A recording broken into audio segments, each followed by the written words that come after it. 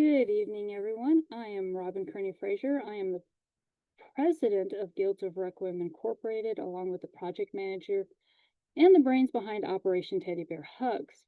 Our goal is to bring comfort through stuffed animals during a time of crisis, and we're about sharing warmth with snuggable and huggable stuffed animals. And we'll get into more why the snuggable and huggable is important in a minute here. So our agenda highlights is we're going to go over an overview of the operation of Teddy Bear Hugs, how to get help, how to help and get involved, contact information and communication channels, pattern resources for stuffed animal creation, and some frequently asked questions that we've come across. Overview of Operation Teddy Bear Hugs.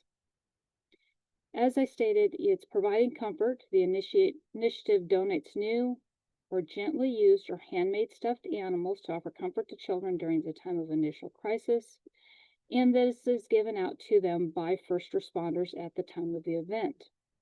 It gives the first responders an opportunity to provide comfort to a child that may have just lost everything and help them have a connecting moment to help them feel more safe and secure. The history behind the project actually started with a chronic illness.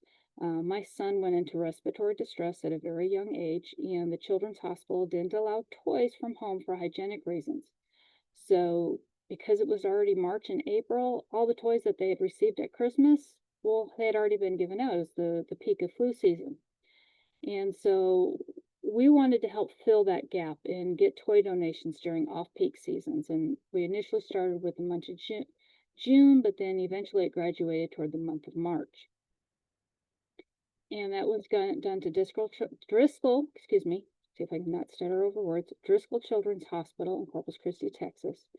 As the project grew, I started working at the Nueces County Sheriff's Office, and several officers had mentioned to us that they'd like to give something to children to comfort during the initial crisis. So in 2006-2007, the focus of Operation Teddy Bear Hugs switched to first responders. In 2024, I moved up here in 2016. It's kind of hard to be 4 hours away and keep monitoring and building a program there. So in 2024, I migrated my portion to Bandera County. And what it does is the benefits to the community is that the first responders who make an initial contact with a child in need, they can offer a huggable and snuggable comfort. The reason why we're talking about huggable and snuggable, if you're scared and upset, you want to have that soft, furry toy to just, bury into. I mean, even us as an adults, we see a really furry toy and we're having a bad day and we give it a big old hug and we feel better. It's comfort. You can hug them. You can snuggle them.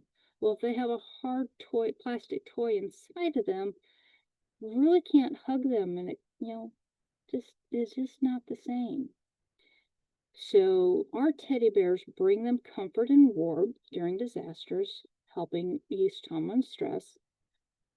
In 2024, we collected over 200 bears. They were handed out in the Bandera County, and a few found their way to the Kerr County in 2025.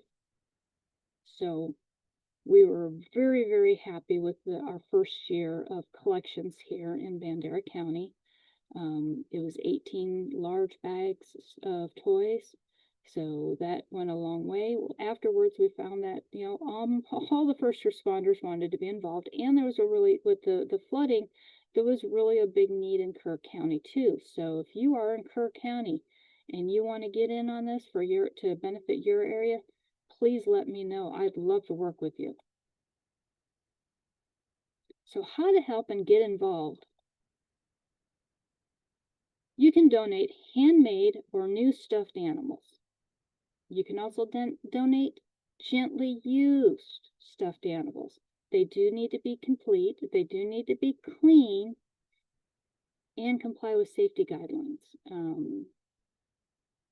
That means no stuffing falling out, no need of major repair, eyes are secure, nose, buttons are not falling off. We do ask that you please wash or clean your used animals before donating. We are on a limited volunteer staff. That means we do not have the resources to clean the ones that are donated to us that have a lot of love. The biggest thing that we say is, if I would be willing to give this to my child, then you'd be willing to donate it. There's importance of safety. We need to ensure that stuffed animals meet safety guidelines that guarantees clean and secure companions for the recipients. They should be stuffed with cotton or other hypoallergenic stuffing. Any animals that light up, make sounds, or are hard will be discarded. Handcrafted animals should have safety eyes, firmly attached, and sturdy seams that can withstand lots of love, because they're going to get it. Where do we need help? Glad you asked. We do need help with donation collection, where the volunteers gather various donations from the community to support our goals. We do need help with distributing them to the area first responders. We would like to have people who can help and coordinate events to engage the community and raise awareness, along with locating additional drop-off points during the month of March. March does have our Homesteaders and Preppers Bazaar on the 21st of March. Let me double check here. Good mouth, insert foot.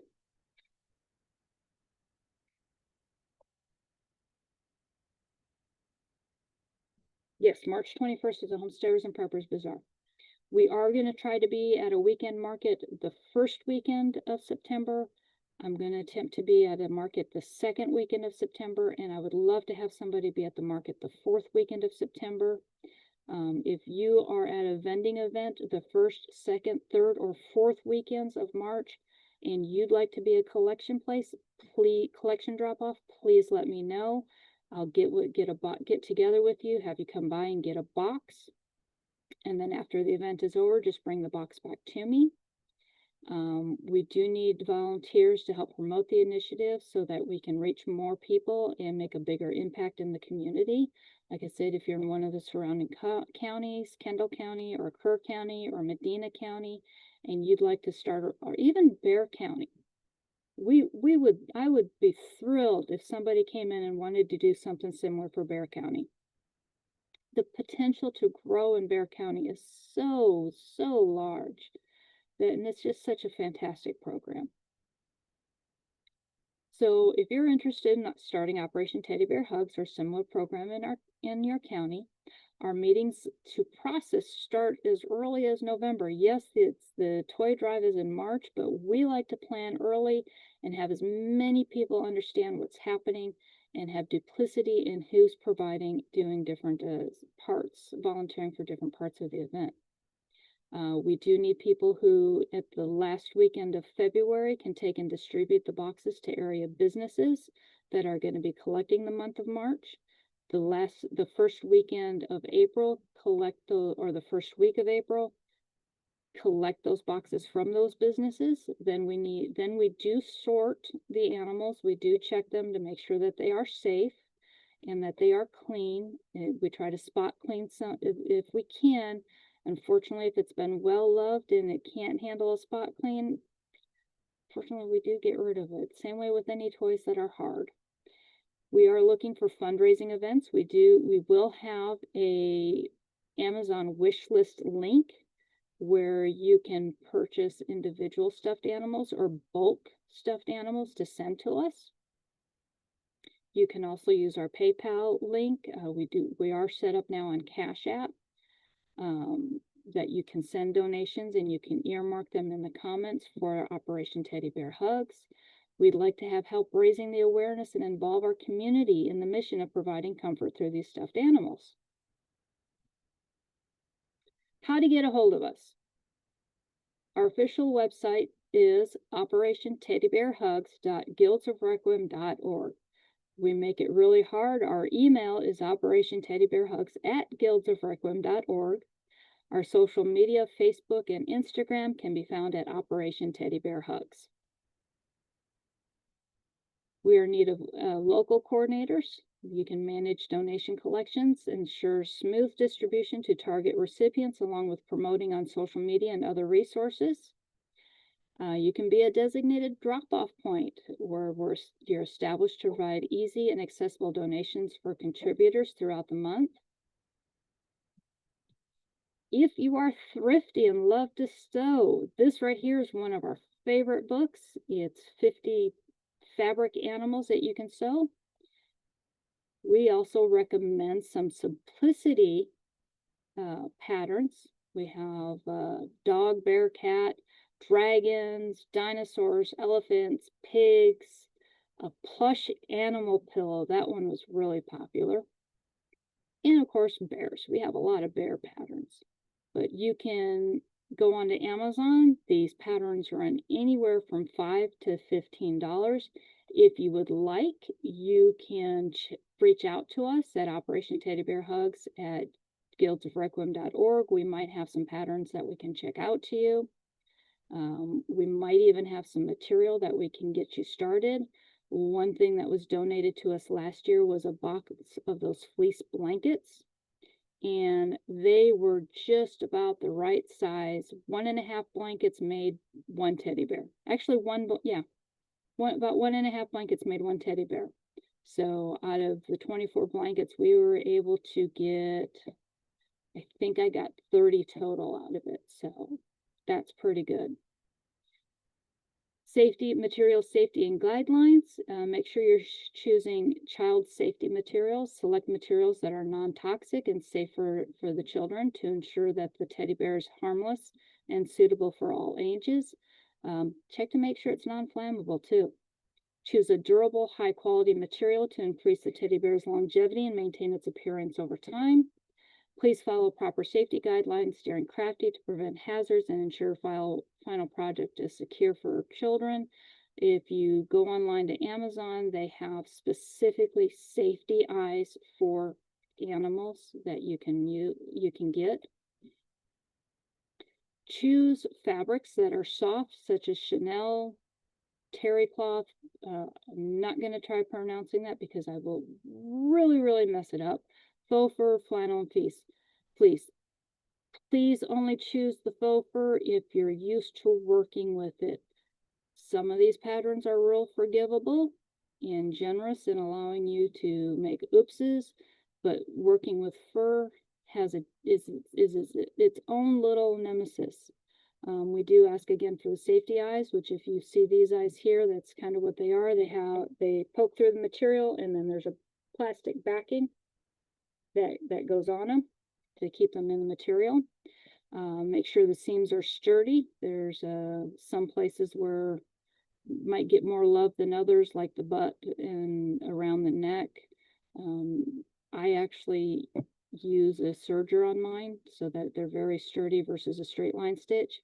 And please make them tagless. Tags can get pulled out, they can get swallowed on, they can get chewed on, and when they get pulled out, they create a rip in the bear and the stuffing starts to come out. Frequently asked questions. What about the size? Once again, new, gently used and clean or handmade.